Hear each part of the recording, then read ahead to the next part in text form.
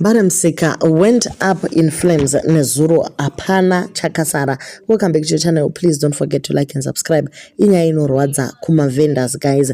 Avo vanenge vaita investment vachitengesa musika uyu has been a source of livelihood for many families for a very long time. Asi hapana chasara. The loss is not just material, it is also emotional guys.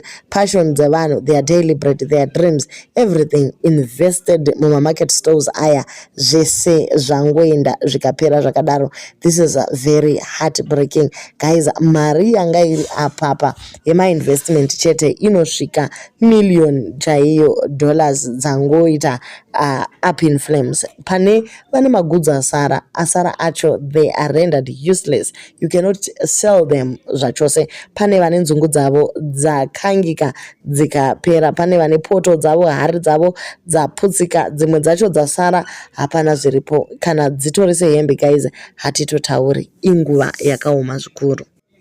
If only the economy was good, pakadai apa ndo paizobuda mari dzemainsurance dzichibhadhara loss inenge yaitiwa navanhu, but nemamiriro okunze zvinongoreva kuti loss yaitika iyi umwe neumwe anongozvionerawo. Manetizens, they came in to sympathize. Vamwe vakati said indeed huge loss, but I believe entrepreneurs now need to put mitigatory mechanisms in place to prevent such occurrence. They are preventable if people consider safety from such hazards as an investment rather than as a cost.